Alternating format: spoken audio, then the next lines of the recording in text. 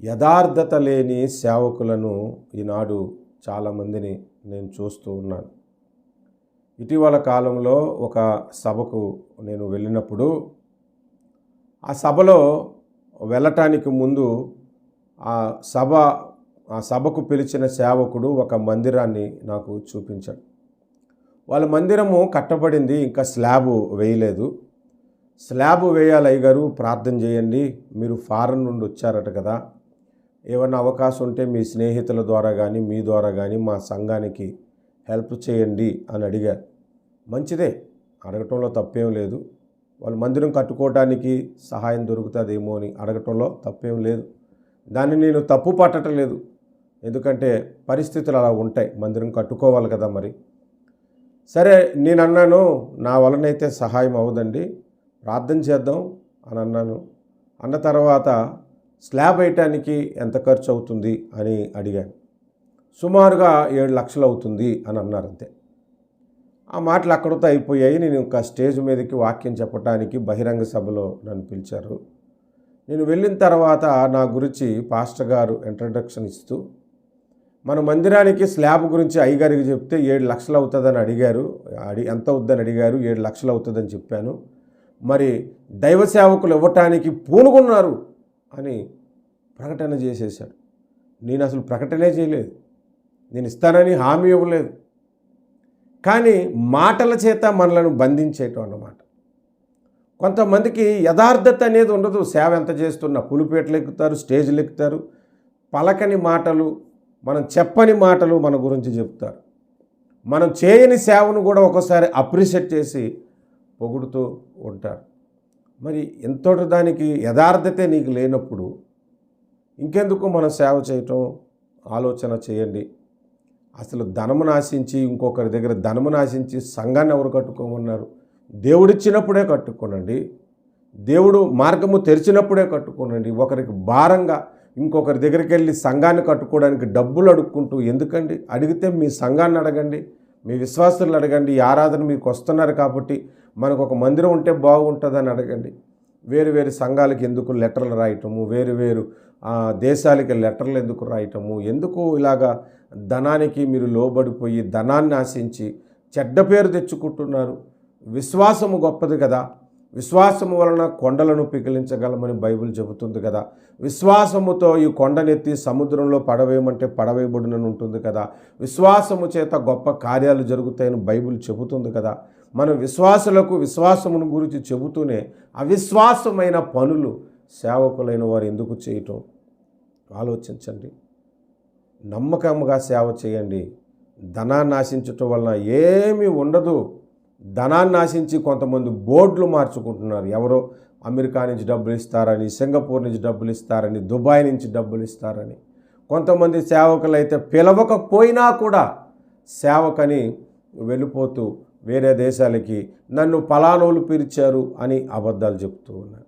నేనైతే సింగపూర్ దేశంలో ఉన్న ఒక సేవకుడు వచ్చాడు. ఆయనకి, అయ్యా మీ సంఘంలో వాక్యం చెప్పడానికి అవకాశం ఇవ్వండి అని నన్ను అడిగాడు. నేను అవకాశం ఇచ్చాను. ఇచ్చిన తర్వాత ఆయన మా సంఘంలోనే నా ముందే మైకు పట్టుకొని, మరి నేను చాలా బిజీగా ఉండే సేవకుడిని, మరి మీ దగ్గరికి రావడానికి అయ్యగారు నాకు ఫోన్ చేసినప్పుడు ఇంక నేను కాదనలేక వచ్చానని అబద్ధం చెప్పేశాడు. చాలామంది సేవకులను నేను గమనిస్తూ ఉంటుంటాను. నేను ఒక సంఘానికి ఆరాధనకి వెళ్ళాను. అక్కడ 2 ప్రసంగికులు నాతో పాటు, నేను ఒకరిని వేరొకరు. పాంప్లెట్లో నా ఫోటో ఉంది, ఆయన పేరు లేదు. ఎందుకు అని అంటే నేను ఫారెన్ నుంచి వచ్చాను కాబట్టి నా ఫోటో ఉంది, ఆయన ఫారెన్ నుంచి రాలేదు కాబట్టి ఆయన ఫోటో లేదు. ఎందుకండి ఇంత తేడాగా సేవకులే ఉంటారు? ఆలోచించండి. స్వార్థంగా ఎందుకుంటారు?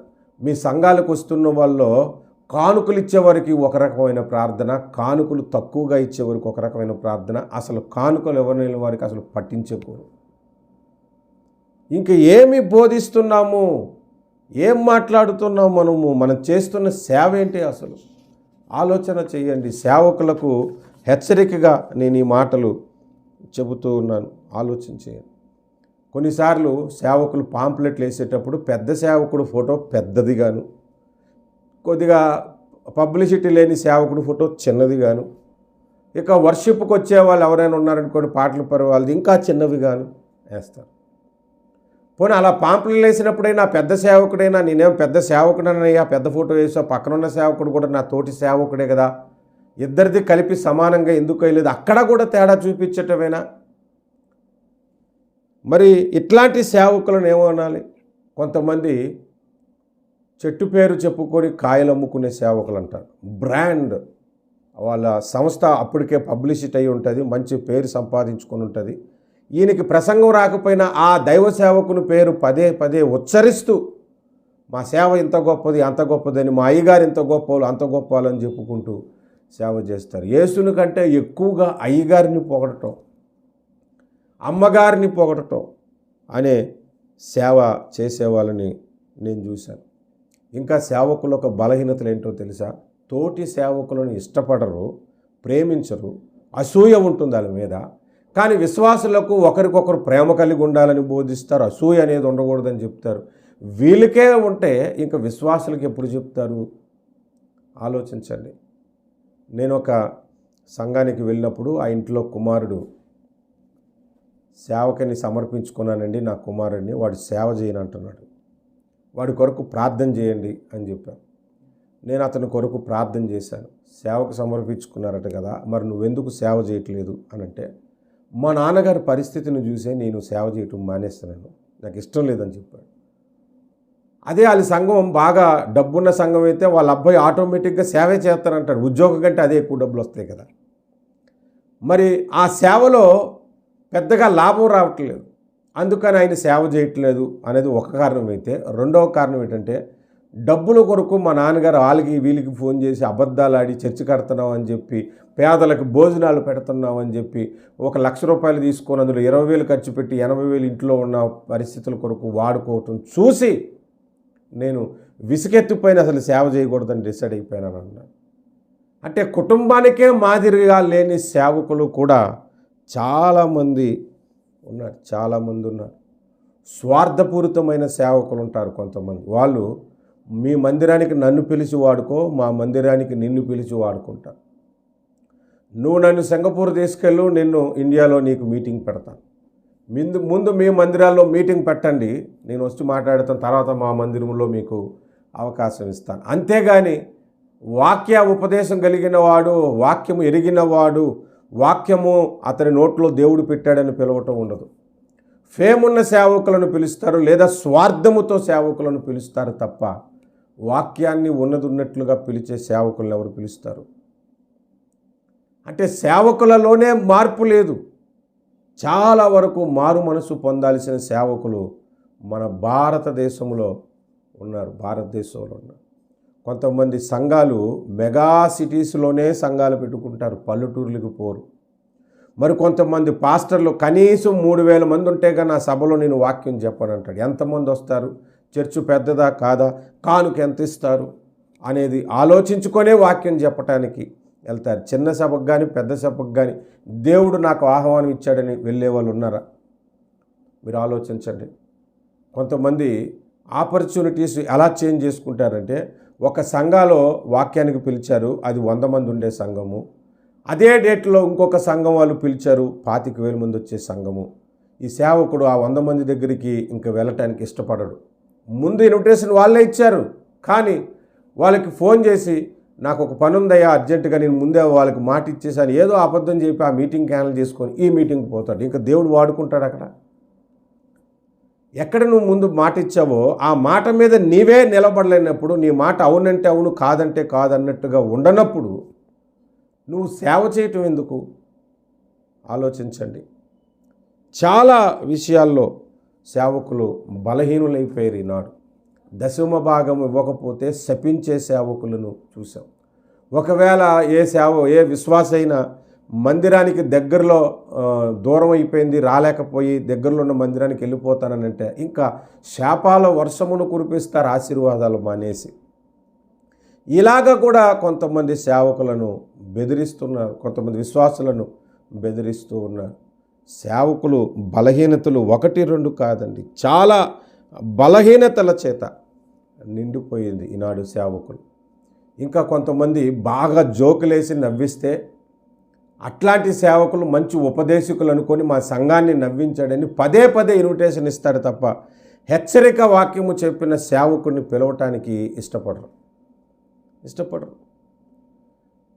సేవకుల్లోనే సరైన జీవితం లేకపోతే క్రీస్తు ఎదుట మనము నిలుచోవలసి వస్తుంది. క్రీస్తు ఎదుట, న్యాయపీఠం ఎదుట మనము సమాధానము చెప్పుకోవలసి వస్తుంది. మరి కొంతమంది సేవకులను చూస్తానండి, ఏ ఎండకు ఆ గొడుగు పట్టేసేటట్లు మన దగ్గర ఒక మాట, వాళ్ళ దగ్గర వాళ్ళ మాట మాట్లాడుతూ ఏదో ఒక విధంగా సొమ్ము చేసుకోవటానికి, ఏదో ఒక విధంగా పేరు తెచ్చుకోవటానికి ప్రయత్నించే సేవకులను నేను చూశాను. ఒక ఆయన ఉన్నాడు, వయసులో చిన్న ఆయన, సంఘం స్టార్ట్ చేసి సంవత్సరం కూడా కాలేదు. ఒక సీనియర్ పాస్టరు ఆయన దగ్గరకు పోయి ఆయన దగ్గర డబ్బు ఉందని, మంచి సేవకుడని ఊరికినే పొగడటం, అట్లాంటి వాడు నాకు అపోస్తులుగా ఉండాలంటాడు. ఒరే గిరేని నన్ను పిలిచే సేవకుడుగా అతను ఉండాలని నేను ఆశిస్తున్నాను, అతడి నీడలో నేను ఉండాలనుకుంటున్నాను అని చెప్పుకునే బలహీనమైన సేవకులు ఉన్నారు. డబ్బు కొరకేనండి ఇదంతాను, పేరు కొరకేనా మీరు చేస్తుంది? దేవుని మెప్పు కొరకు కదా. బలా నమ్మకమైన దాసుడని దేవుని చేత అనిపించుకోలేరా? అనిపించుకోవాలనే సేవ చేస్తే ఎన్నో బలహీనతలు మిమ్మల్ని వెంటాడుతున్నాయి కదా. వాటి నుండి విడుదల పొందటానికి ఎందుకు ప్రయత్నం చేయట్లేదు? ఆలోచించండి. ఇంకా భయంకరమైనది ఏంటో తెలుసా? మన సేవకుల్లో కులపిచ్చి. మన కులపోళ్ళే మీటింగులకి పిలవాలి, మన కులపోలు మన సంఘానికే రావాలి, వేరే కులపోలు వద్దు అనుకునే భయంకరమైన వ్యాధి కలిగిన సేవకులు ఉన్నారు.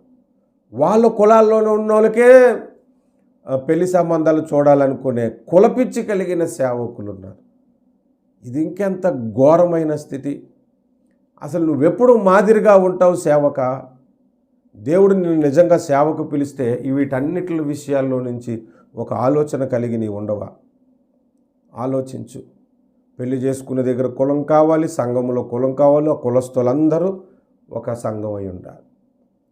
కొన్ని సంఘాలు మన ఊరోళ్ళు మన సంఘానికి రావాలి అని ఉన్నది. మరి కొంతమంది సేవకులు వీళ్ళ మీటింగ్ పెడితే అన్ని సంఘాల వాళ్ళు ఈయన మీటింగులు రావాలి, కానీ ఎదుటోళ్ళు మీటింగ్ పెడితే వీళ్ళ సంఘాలను మాత్రం వెళ్ళొద్దని ముందుగానే చెప్పేస్తారు. అది ఏ మీటింగ్కి వెళ్ళొద్దు, ఎదుటోళ్ళు కూడా మన దగ్గర రానివ్వద్దు, మన మీటింగ్లు మనవే అనుకుంటే అది వేరు. ఈయన మీటింగ్ పెట్టినప్పుడేమో అన్ని సంఘాల వాళ్ళు రావాలి, కానీ ఎదుటోళ్ళు మీటింగ్లు పెట్టినప్పుడు వీళ్ళు సంఘస్థులు వెళ్ళకూడదు. ఈయన ఒక్కడే వెళ్తాడు, ఈయన ఒక్కడే వెళ్తే సంఘం వెళ్ళినట్టుగా ఫీల్ అయిపోతారట. నేను ఒక సంఘానికి వాక్యం చెప్పడానికి వెళ్ళాను, ఒక బహిరంగ సభలో. కిందన కూర్చున్న వారిలో 1/4 పైన స్టేజ్ మీద కూర్చున్నారు, అందరూ పాస్టర్లే. ఎక్కువ మంది పాస్టర్లు వచ్చారు. వాళ్ళందరికీ సంఘాలు ఉన్నాయంటే వాళ్ళ సంఘస్థులు అక్కడికి వచ్చారంట. ఈయన సంఘస్థులు ఎంతమంది అంటే 300 మంది మీటింగ్ పెట్టిన ఆయన. ఆ సభకు వచ్చిన వాళ్ళు కూడా ఇంచుమించు 300 ఉన్నారు. అంటే మిగిలిన సంఘాల వాళ్ళు విశ్వాసులు రాలేదు, సంఘ కాపురులు మాత్రమే వచ్చారు. పేరుకి మీ సంఘం వాళ్ళు రండి నేను ఇన్విటేషన్ ఇవ్వటం, ఈయన సీక్రెట్గా వాళ్ళకి చెప్పి వెళ్ళొద్దని చెప్పటం. ఐక్యత మనకే లేదు. ఇంకేం సేవ చేస్తున్నాం మనము? ఇంకేం సేవ చేస్తున్నాం? ఆలోచించుకోండి. చాలా బలహీనతలు సేవకుల్లో వెంటాడుతున్నాయి. చాలా బలహీనతలు. స్వార్థము, క్యాలెండర్ల దగ్గర స్వార్థము. నీకు దేవుడు ఒక పేరుతో సంఘాన్ని పెట్టమని చెప్పినప్పుడు, ఒక పేరును నువ్వు కలిగి ఉన్నప్పుడు మరలా డబ్బు కొరకు నీ పైన ఇంకొక పేరు పెట్టుకోవటానికి ప్రయత్నించటం. ఎంత బలహీనతలు ఇవన్నీ ఆలోచించండి. చాలా విషయాల్లో సేవకులు మార్పు కలిగి ఉంటే మన దేశంలో ఇంకా గొప్ప సేవ మనము చేయగలుగుతాం. ఇంకా భయంకరమైన విషయాలు ఏంటంటే పనికిమాలిన వాటి కొరకు డిబేట్లు పెట్టుకుంటారు. పనికిమాలిన వాటిల కొరకు, సత్యము కొరకు కాదు. మీరు డిబేట్ పెట్టుకోవటానికి ముందు పబ్లిక్లో పెట్టుకోవటం కాదు, ముందు ఆ సేవకుడు నువ్వు కలిసి కూర్చొని నీవు చేసిన తప్పన్నా నేను చేసిన తప్పని ఒకరికొకరు ముందు మాట్లాడుకొని ఆ తర్వాత యూట్యూబ్లోనికి రండి. ముందు మీరు కలుసుకోరు, మాట్లాడుకోరు. పబ్లిసిటీ కొరకు మీరు కావాలనే గొడవలు పెట్టుకొని, కావాలనే డిబేట్లు పెట్టుకొని ఎందుకవి? అలాంటి డిబేట్లకి మేము కూడా యూట్యూబ్లో వ్యూస్ పెంచుకోవటానికి చేయలేమా? కొంతమంది కేవలము యూట్యూబ్ వ్యూస్ పెంచుకోవటానికి వాళ్ళ థంబ్నైల్స్లో కూడా ఫేక్ థంబ్నైల్స్ పెడతారు ఆకర్షించుకోవటానికి. ఈయన పక్కన ఒక సేవకుని తిట్టి బాగా ఫేమ్ ఉన్న సేవకుని ఫోటో వేసుకొని పక్కన ఈయన ఫోటో వేసుకుంటాడు. ఒక సినీ యాక్టర్ ఫోటో వేసుకొని పక్కన ఈయన ఫోటో పెట్టుకొని తమ్మునేలు పెట్టి ఎదుటోళ్ళని ఆకర్షించుకోవటానికి.